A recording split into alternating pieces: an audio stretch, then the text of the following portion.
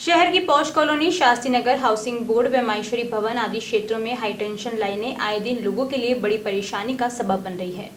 वर्षों पूर्व जब ये लाइनें डाली गई थी तब अधिकांश इलाके खाली थे, लेकिन समय के साथ अब अधिकांश खाली स्थानों पर मकान बन चुके हैं। हालात ऐसे हो गए हैं कि ये लाइनें लोगों के घरों से कुछ ही फुट की दूरी से गुजर रही हैं, जिससे जान माल का खतरा पैदा हो रहा है। हालात हर गुजरते साल के साथ बिगड़ रहे हैं। नए भवन निर्माण हो रहे हैं जो लाइन के नजदीक आते जा रहे हैं। ऐसे में यह स्थिति सभी के लिए एक बड़ा सिरदर्द साबित हो रही है। बीती देर रात हाई टेंशन लाइन के नीचे अपने ही घर की बालकनी में खड़ी एक 15 वर्षीय बालिका पूनम शर्मा अचानक करंट के झटके से अचेत होकर गिर गई। परिजनों ने पूनम को शहर के एक निजी हॉस्पिटल में भर्ती कराया, जहां उसे हालत गंभीर होने पर वेंटिलेटर पर रखा गया है। बारिश के मौसम में समस्या और ज्यादा विकराल हो गई है। यह समय से क्षेत्र के लोगों के लिए बड़ी परेशानी से कम नहीं है। हाई टेंशन लाइन के नजदीक इन क्षेत्रों के बहुत से घरों में बारिश के दिनों में करंट आना शुरू हो जाता है। यही नहीं, कई बार हाई टेंशन लाइन के आसपास सड़क पर चलते हुए भी लोग इस करंट को महसूस करते हैं। बारिश से गिली हुई घरों की दीवारें लोगों को खासा परेशान करती है। करंट से कई अन्य घटनाएं भी हो चुकी है। करीब 20 वर्ष पहले बिछाई गई हाई टेंशन लाइन के नजदीक अब लोगों के घर आ पहुंचे हैं। इसके लिए किसी को भी जिम्मेदार ठहराना जल्दबाजी होगी, क्योंकि शास्त्री नगर के इन क्षेत्रों में घर बनाने की मनाही कभी नहीं रही। वहीं लोगों ने भी इसके बारे में कोई ज्यादा चिंता नहीं की, लेकिन अब हालात बदल चुके हैं। आए दिन ये हाई टेंशन लाइन के कारण हो रही परेशानियों के किस्से सुनने को मिलते रहते हैं और बारिश के दिनों में इन किस्सों की संख्या काफी बढ़ जाती है। इस क्षेत्र में एक योजनाबद्ध तरीके से विकास न होना भी इसके लिए बड़ी वजह है। लापरवाही किसी की भी रही हो, लेकिन एक 15 वर्षीय बालिका आज जिंदगी और मौत से जूझ रही है। क्षेत्रवासियों ने इसका जिम्मेदार विद्युत विभाग को बताते हुए क्षेत्र से गुजरने वाली हाई टेंशन लाइनों को हटाने की भी मांग की है।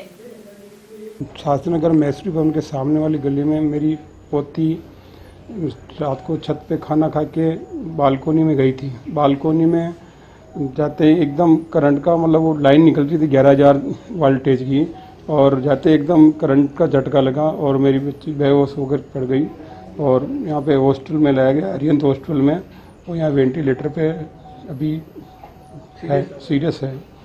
इसकी पहले भी क्या आपने कंप्लेंट किए थे? 11,000 लाइन पहले भी 2 बार कंप्लेंट की थी, उसकी कोई सुनवाई हुई नहीं। बार बार आश्वासन दिया जाता है और उसकी कोई सुनवाई हाथ से भी होते रहते हैं, आए दिन के हाथ से होते रहते हैं उस गली में। बच्चे क्या नाम है? पूनम शर्मा। आपका नाम? मेरा नाम कैलाशन शर्मा।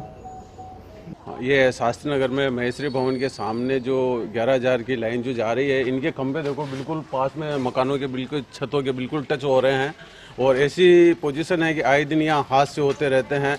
और अभी कल रात को 12:30 बजे के लमसम हमारे पड़ोसी हैं ओम प्रकाश जी शर्मा, इनकी बच्ची है पूनम, 15 साल की है, 9th क्लास में पढ़ती है। उसके कहने का मतलब ये 11,000 लाइन से करंट का झटका लगा और वो अभी वेंटिलेटर पे है, बहुत सीरियस पोजीशन में है बच्ची।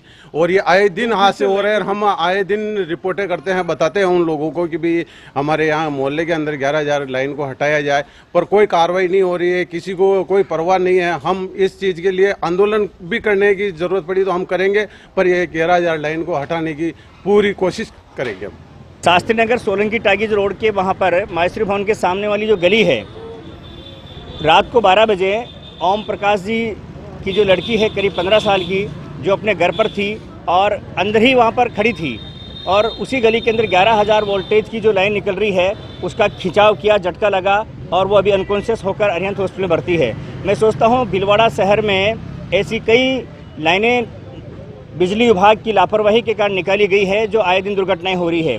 15 दिन पहले भी दादाबाड़ी के अंदर बख्ता बाबा के पास में जो गली है वहाँ पर 15 साल के एक बच्चे को ऐसे खींच लिया था, उसकी भी डेथ हुई थी।